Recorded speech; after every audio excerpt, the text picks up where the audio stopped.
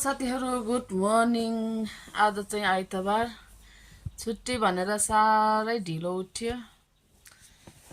सधैँ छिटो उठ्ने सधैँ छिटो है। आज चाहिँ सन्डे जसुकै होस् भनेर आज त ढिलो उठेको।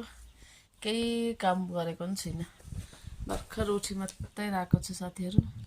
तपाईहरु त आज अघि उठिसक्नु भयो होला, म चाहिँ भर्खर उठेको है साथीहरु। के गर्नु हुँदैछ? म चाहिँ केही गरेको छुइनँ, यो ओछ्यानहरू नि केही उठाएको छुइनँ, केही गरेको छुइनँ। अब चाहिँ काम सुरु गर्ला, फ्रेस भएर खाना खाएर अनि चाहिँ काम स्टार्ट गर्नु पर्ला साथीहरु। तपाईहरु त अघि काम आदि उदि सकिसक्नु भयो होला।